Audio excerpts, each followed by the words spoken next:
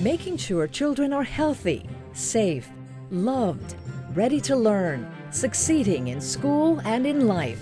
This is Our Children, a program brought to you by the Children's Trust. Good morning. I'm Charles Auslander, Interim President and CEO of the Children's Trust. And I'm Ileana Varela with the Herbert Wertheim College of Medicine at FIU. And together we welcome you to Our Children. With just under a month left of school, you know kids and even most parents are looking forward to a break from homework and testing.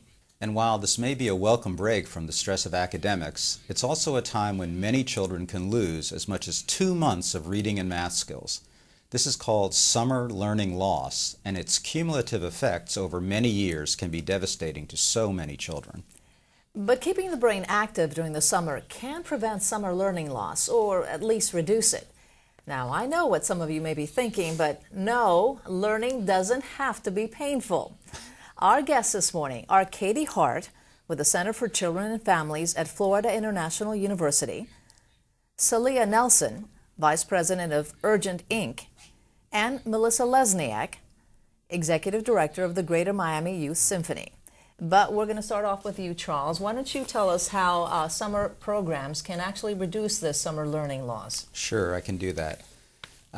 We know that summer fun is important, but so is summer learning. And one of the greatest challenges when the school year comes to a close is that children can lose as much as 2 months of what they've learned. That's incredible. It is incredible, but statistics have borne it out. And so as a consequence, one of the really important things for parents and for children is to keep that learning ongoing during the summer. And so we provide a variety of summer camp opportunities, and I suspect that our guests will have more to say about that than I do. Let's get to them. Well, let's get to them. So, Celia, you are at Urgent Inc., and of course I'm always tempted to ask you what's urgent at Urgent Inc., because you know that I have some behavioral challenges. But you are a center of education and empowerment, and why don't you explain to our viewers what you do during the summer to work against that summer slide? Great. Thanks for having Urgent Inc. here today. Urgent Inc. Provides a youth empowerment summer camp just for girls. And what is so exciting about this experience is that girls get to experience a safe, nurturing, caring environment where they can explore their skills, talents, and build their assets as they move in a great environment at the University of Miami Coral Gables campus. And so they explore great opportunities centered around what girls love. And so we do etiquette, skill building, entrepreneurship, dance, drama, the whole nine, and all of that is wrapped around learning, building literacy, engaging in fitness activities, and so the girls leave the camps very empowered. And so we're excited that we're going to be doing that again this summer. And Melissa, in your case, your program is a youth symphony, and I don't think a lot of people realize that music enhances academic excellence as well. Yes, well, music programs teach critical skills such as practice, dedication, and commitment. A lot of research suggests that students in arts programs have higher graduation rates, they have better attendance in school, and at the Youth Symphony, as long as I've been there, we've had all of our graduating seniors go on to college. I know that it teaches discipline because you have to be disciplined to be in a symphony, in a music program. But one of the things that a lot of people don't realize, it teaches them math because they have to count all the time, don't they? Right. In music, we have a rhythm, and you have the beat and how many beats are in a measure, and that starts right in our beginning classes. If it's in 2/4, 3/4, and how many notes they have, and how many beats they have to count, and what the note value is, if it's a half note or a whole note or a quarter note. So we do have math. So it all kind of ties together. Yes. And I know that Urgent Inc. uses music as well. So absolutely. Music is a big part of our summer camp. The girls learn how to play on the African drums, sing different songs from around the world. and they also experience the cultures and the traditions that are associated with the music that they're introduced to. So it's a very diverse experience that the girls are able to enjoy. So, Eliana, if you hear music during the summer, now you'll know why. But Melissa, I think in particular, I've known some of the student alumni, so to speak, of your program, and they're going on to great things. And I think we have a clip of a young man who started with you in the 3rd grade and is now a scholarship student at Gulliver High. So let's watch.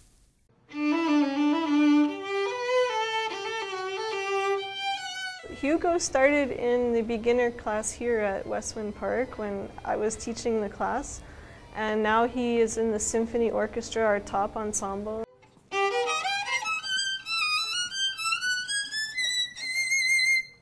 It's created like discipline, organization, and self-confidence, and something that's important to people at my age, like being social, like having friends, and like it's been helping me with that. He always is in A's and B's, good grades, and that's very good, and we are very proud.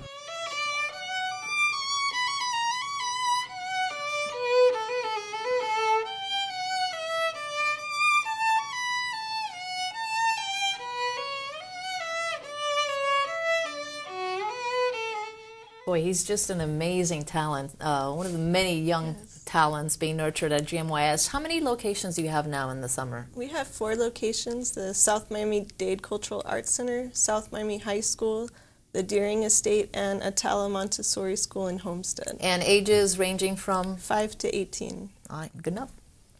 It's really an amazing program, isn't it? So Katie, the Center for Children and Families at FIU is yet another very special summer program, and I know that you do some very targeted, deliberative work during the summers, and so why don't you give us some information about that? Tell us something. Sure, that's right. So we're really excited to be partnering with the Children's Trust this summer on their Read to Learn initiative. And what we are doing is through our Summer Reading Explorers program, we're able to provide a range of targeted reading intervention services from small group tutoring to family literacy and engagement activities that will help rising kindergartners, so those are your pre-K children who are moving to kindergarten, and rising first graders who have just completed kindergarten, then make sure that their reading skills stay sharp over the summer months. And how are you going to do this? And just as importantly, how are you going to do this and not make it feel like school? Sure. Well, the wonderful thing is that we're already embedded within the context of the trust-funded summer camp programs. So, many of those camp programs are really fun and engaging for kids. They engage in recreational activities and they go on field trips. And so for 30 minutes to an hour a day, we're going to be working with those kids then to work specifically on reading. And we have a whole army of tutors that we're hiring that are, really the best of the best and are going to be going out and really engaging kids in these wonderful opportunities to read. Because we know when kids read and they feel confident about their reading skills, then they approach learning in a much more positive way, and we know we can set them off to school on the right foot. But I know you're not just going to hand them a book. Right. Okay, that's so, right. So what do these tutors do? I mean, sure. So we play a lot of games. We call them games as opposed to instructional periods. So we'll play lots of letter sound games. We do this interactive reading along. There's music, songs then to help kids get engaged in the reading activity. And it's not even so much the reading itself so much as their approach to reading. We want to really build this positive approach so that when they go back to the classroom and they pick up a book, that they'll know what to do with it, that they know, they can talk about the characters and they can identify letters and sounds. And we know that when kids are able to do that, they feel confident about their skills and can show others how to do that as well. But it's going to be fun, so don't worry. Yes. Well, the thing is that, I have 2 children, one of whom is a bookworm. Literally I have to tell her, put the book away and go to bed. Right. The other one, a boy, he's a little bit harder. He's a little bit harder. Right. So that's why I make such emphasis on, you know, making it fun, because it is, some children are a lot tougher, and if you don't make it fun, and sometimes it's almost like it's not reading, it's something else. Right. You know, it's yeah.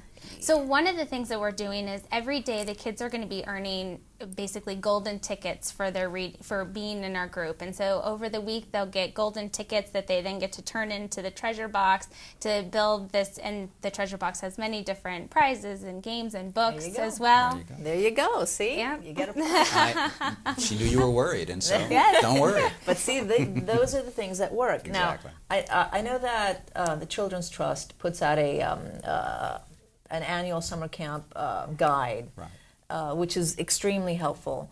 Can you tell us about that? Sure.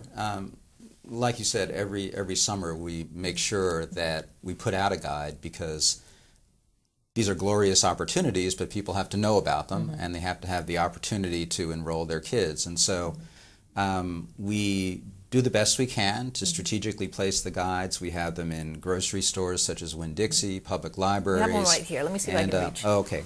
Want me to get that for you? I got it. Oh, you got it. Okay. There you go. Yeah. So really, all around town, It looks like that, folks. it looks like this. Yeah, in fact, right. yes. Yeah. And all around town, people can pick these up, and they're very detailed, and have lots of information about the programs. And of course, if you need further information, you can contact us or contact the particular programs. And these are programs funded by the Children's Trust? Exactly. These are the Children's Trust funded programs during the summer. That's correct. So these are programs that we know that are... We feel very strongly that they're all Okay. high quality programs. They include learning, but they also include fun. And we really feel that they contribute so much to our community during the summer. Because one of the problems that parents encounter is not knowing which programs to choose for their children. I mean, there are a lot of programs out there, but not necessarily the kind of programs that are high quality and the programs that you would want for your children. So this is a perfect opportunity for them to, you know, to select programs that have already been proven. Right, and it's not only is it a wide variety of programs, but also they're really geographically dispersed throughout our very large county. And so we really hope that everyone who wants the opportunity can take it up this summer. And all of these programs are in there. All of these programs and more are in this very book, yes. Okay, so what's the online, where can people find these online? Yes, you can. You can go to our website, thechildrenstrust.org, and they are, I think, on the front page. It's prominently displayed, and you can actually read it there in online form, or you can find out where to pick it up. All right. Okay, well, we are going to take a very short break right now, but when we come back, we're going to talk about efforts to get free books into the hands of children. So don't go away.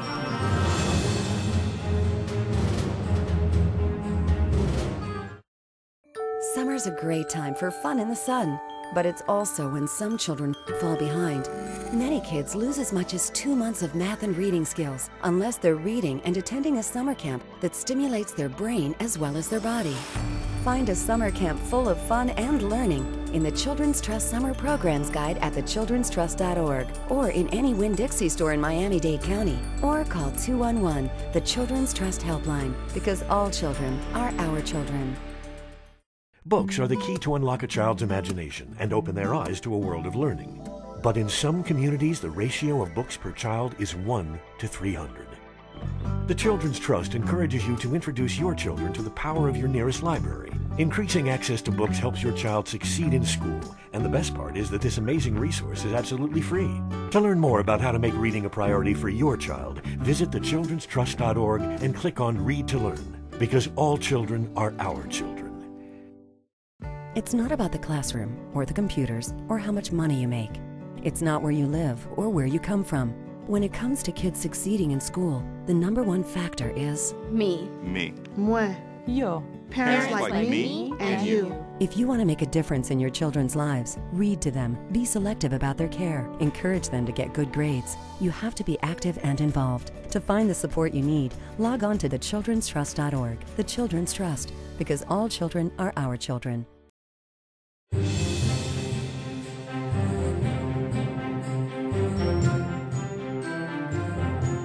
Welcome back. The library is a great source for books all year round, and our many library systems have lots of special summer activities for children.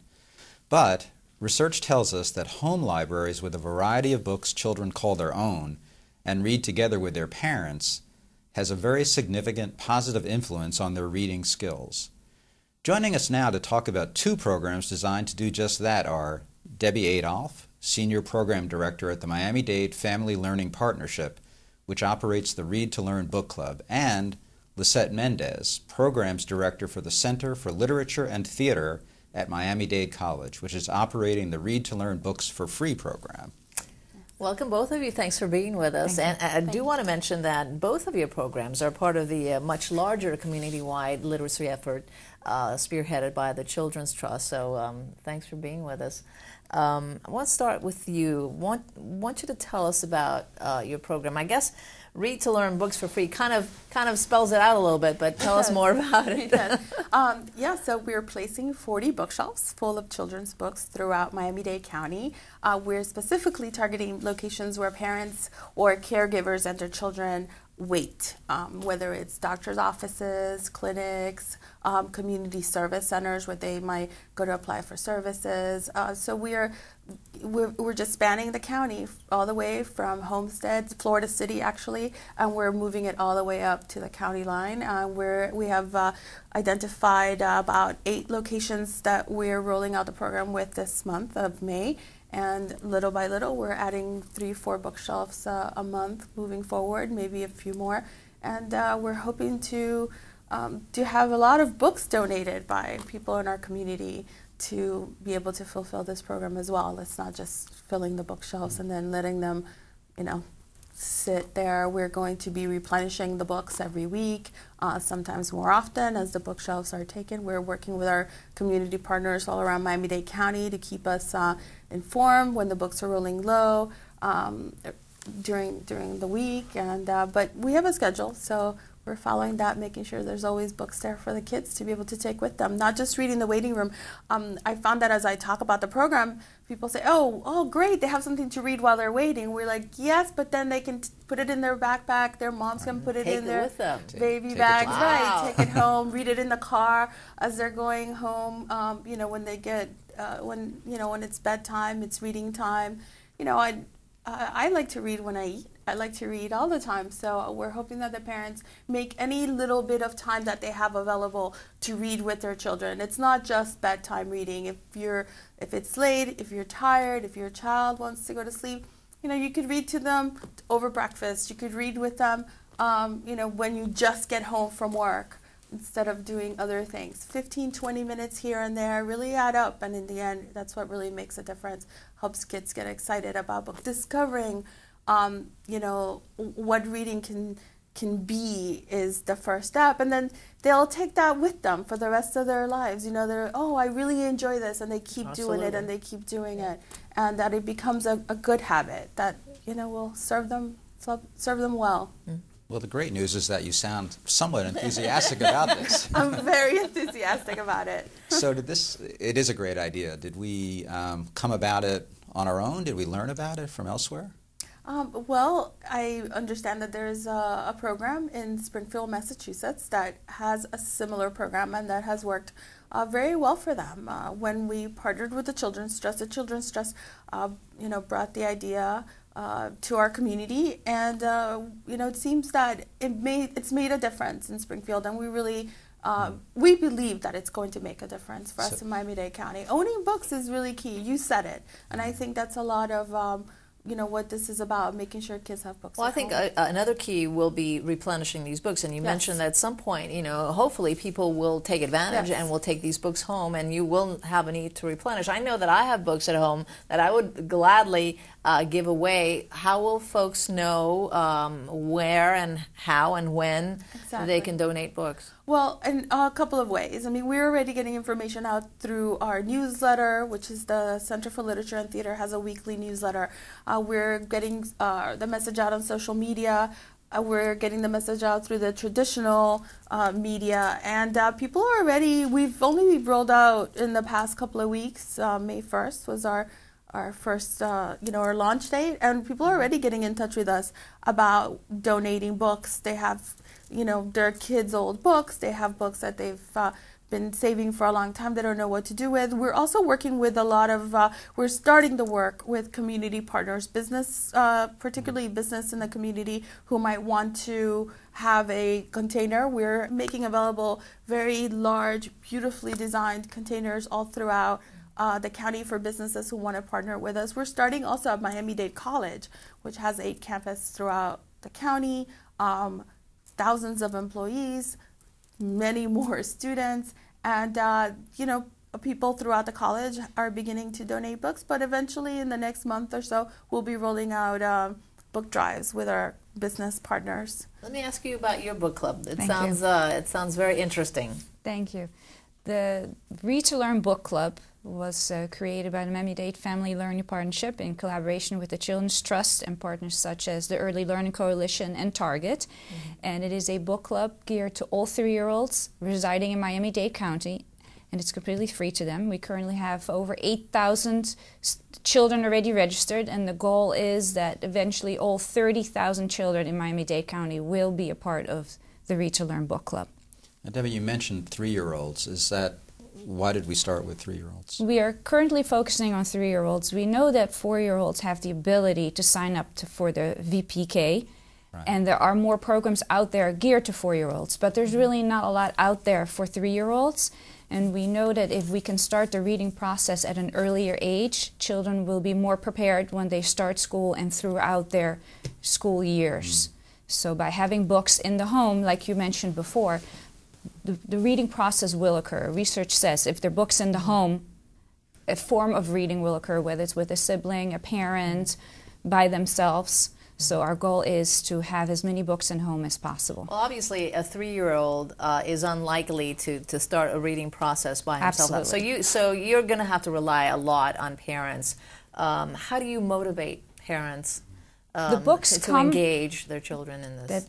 Yes, thank you. The books come to the home once a month, but with the book itself, we have a parent idea page which has hints, suggestions, and activities for the parents to do that are age appropriate. And along with that, there's another activity card in there as well, which is a card that the parents or the children can cut up. It could be sorting, and all the activities are related to the stories.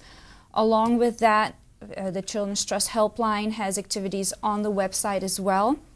And we are currently also, due to the wonderful program, we are doing community events where parents can sign up. But we're also doing June 2nd, in collaboration with Aventura Mall, a large family literacy event where we'll have family activities related to literacy along with author readings.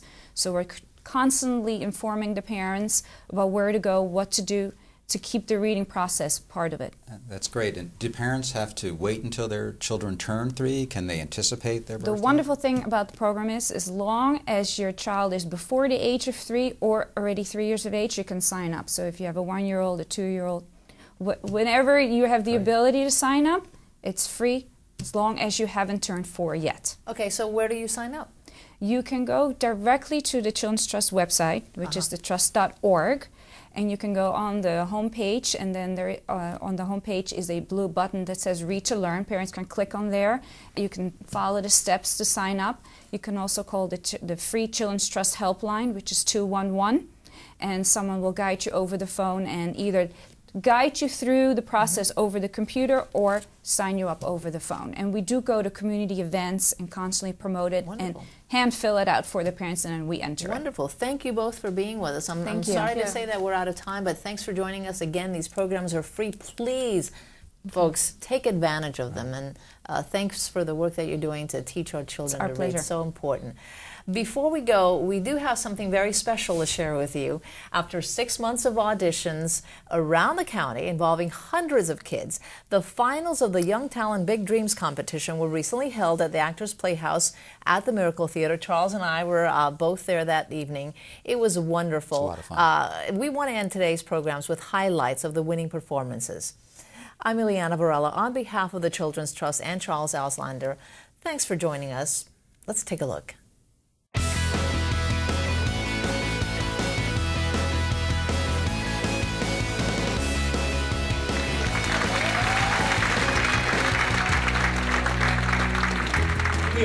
excited that you came out for all of these talented young people. Very quickly, 5 individual, 2 group categories. They are all amazing, amazingly talented. Ladies and gentlemen, you don't want to listen to me talk. We have an amazing group of young ladies to start off.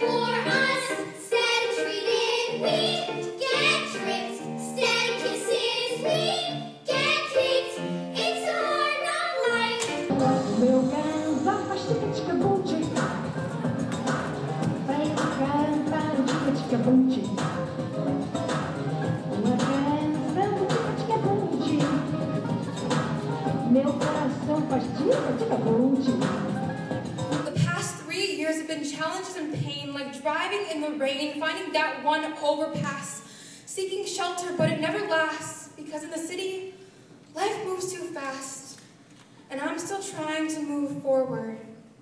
I had a rare disease called meningococcal septicemia. Just the name gives you an idea that this was bad.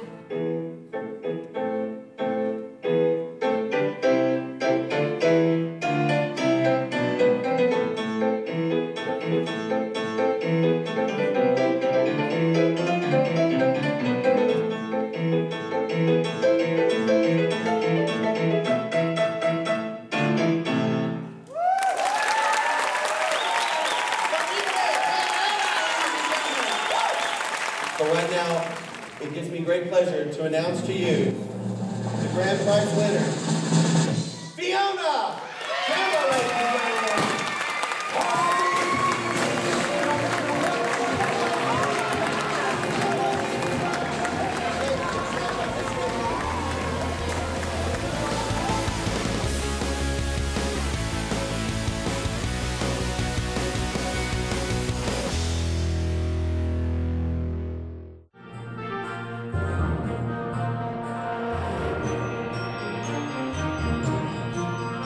Our Children is brought to you by the Children's Trust. The Children's Trust invests in programs and services that help make children healthy, safe, loved, ready to learn, succeed in school and in life. To access its funded programs and services in Miami-Dade County, visit thechildrenstrust.org or call the Children's Trust helpline at 211, because all children are our children.